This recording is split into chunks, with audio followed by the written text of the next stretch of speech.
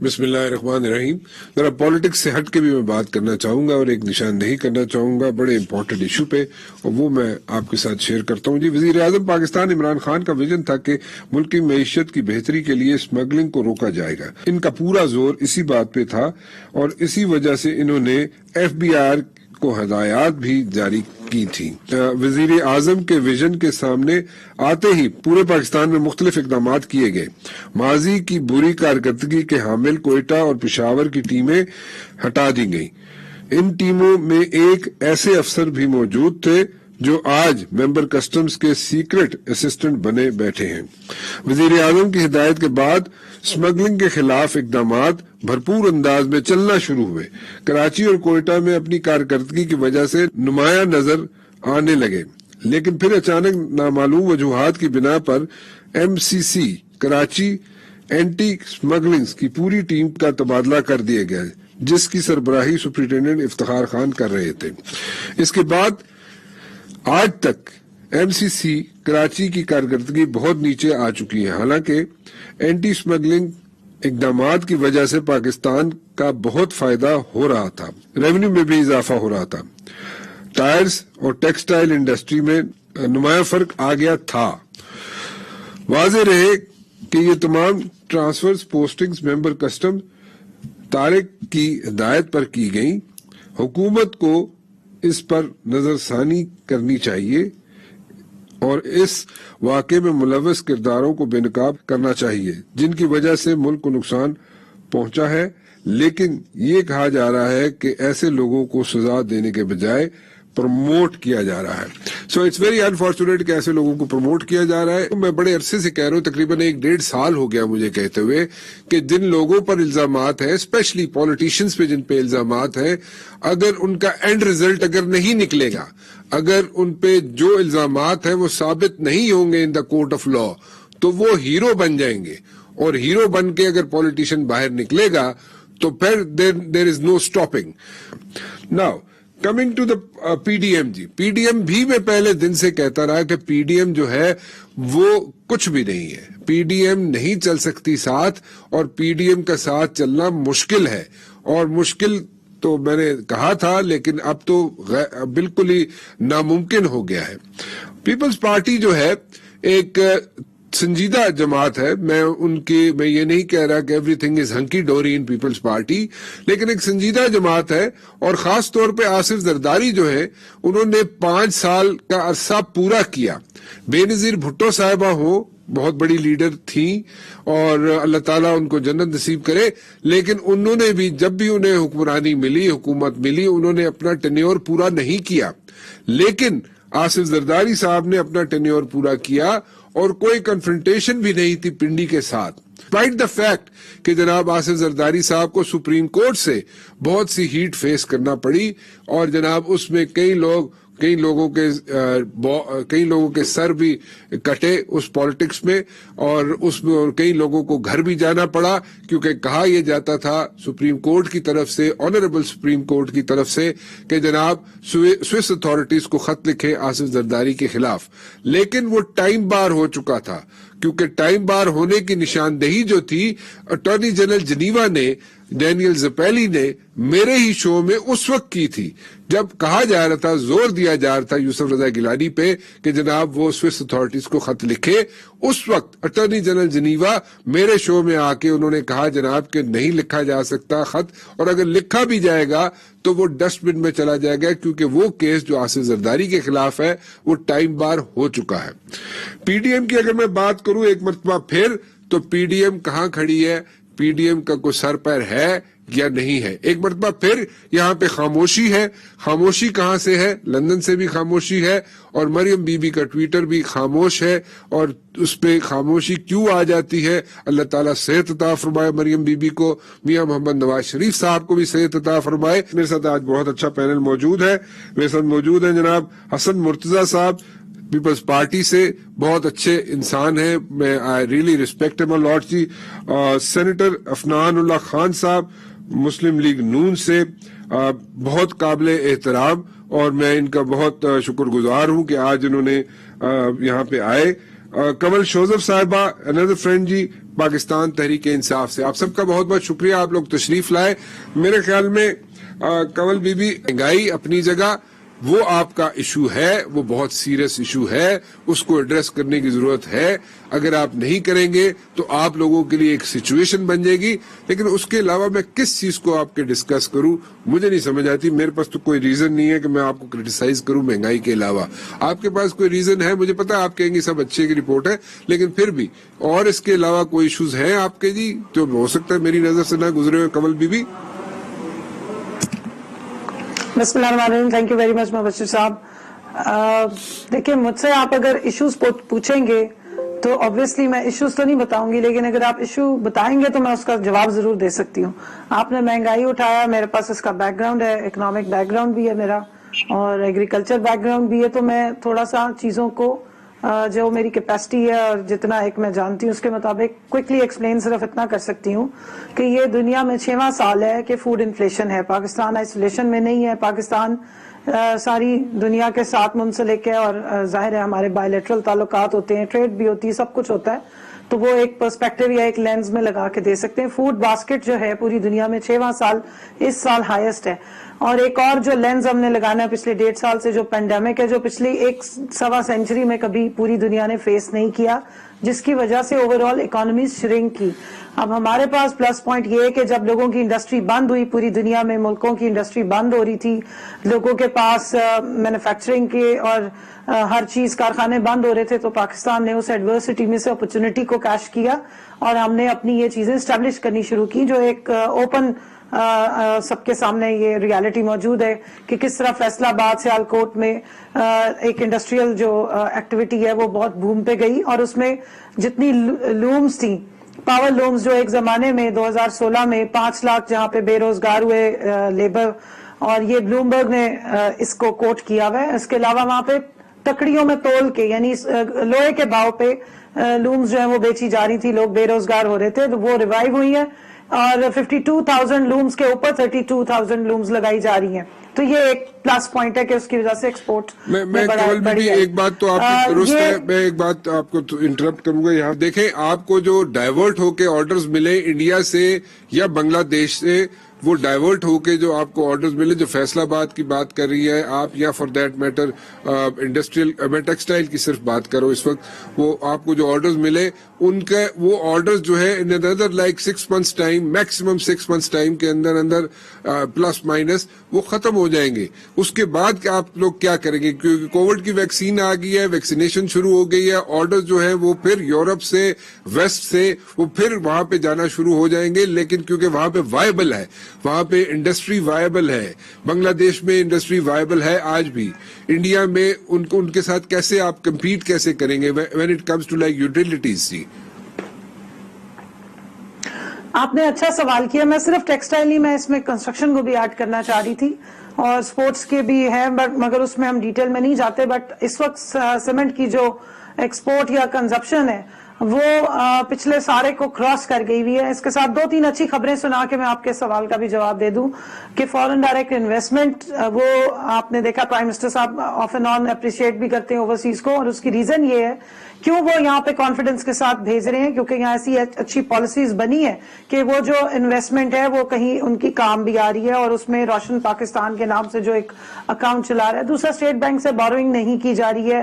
ہمارے جو foreign reserves ہیں وہ اس وقت اپنی ہائیسٹ اس پہ آ رہے ہیں نمبرز پہ, اور ڈالر کے اگینسٹ روپی جو ہے وہ سٹیبل ہو رہا ہے, جس کی وجہ سے ایکسپورٹس کو بہت تقویت مل رہی ہے.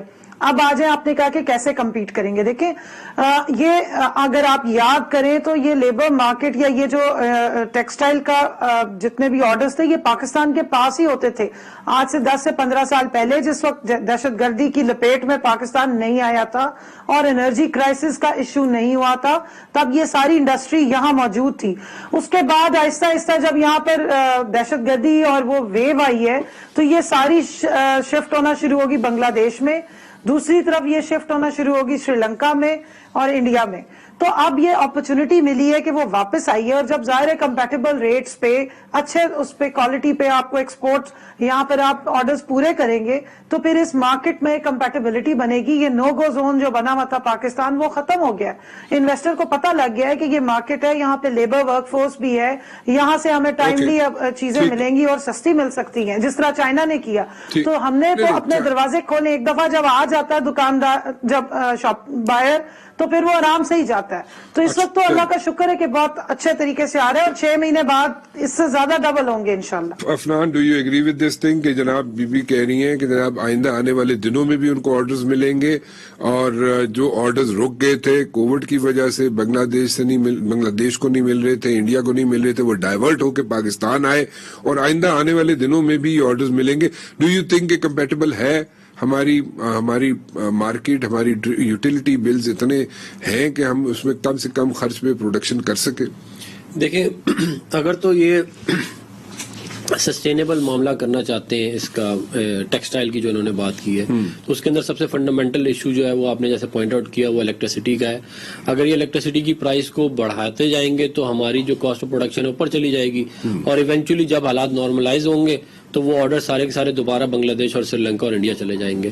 تو یہ اس کے اندر مینلی جو ایشو جو مین چیز تھی جس نے اس کو کک سٹارٹ کیا وہ کووڈ اٹ سیلف تھا کہ ہمیں یہ آرڈرز مل گئے, کیونکہ باقی ساری دنیا بند ہو گئی, وہ آرڈرز جو انٹرٹین نہیں کر پا رہے تھے, تو ہم نے اس کو کر لیا. اور میں یہ کہتا ہوں یہ اچھی بات ہے, پاکستان میں پیسہ آنا چاہیے, ہمارے ملک میں لوگوں کو نوکریاں ملنی چاہیے, جیسے بھی ہو وجہ.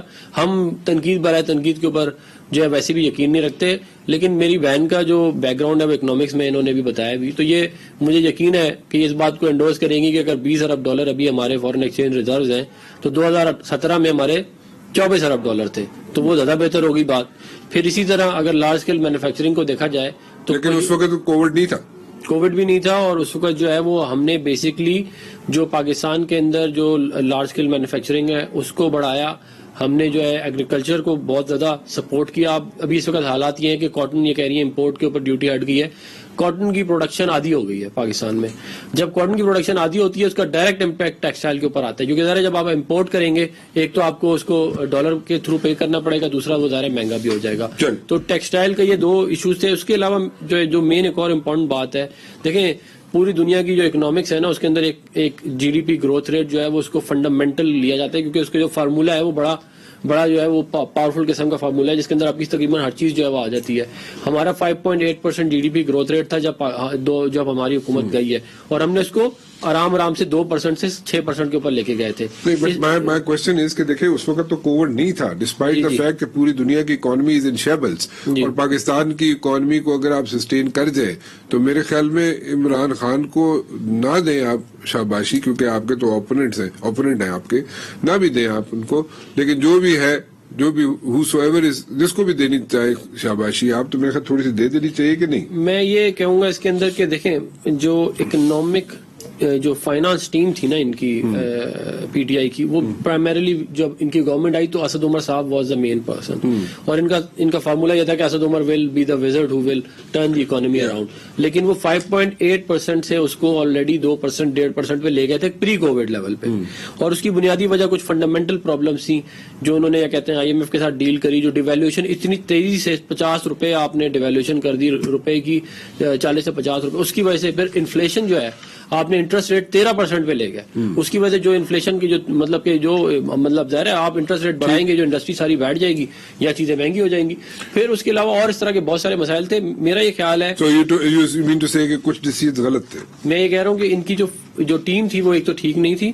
پھر انہوں نے اس کو کورس کریکشن کے لیے حفیظ شیخ صاحب کو لے کے آئے, وہ ذرا آئی ایم ایف کے بندے تھے, انہوں نے آئی ایم ایف کا ایجنڈا پورا کیا.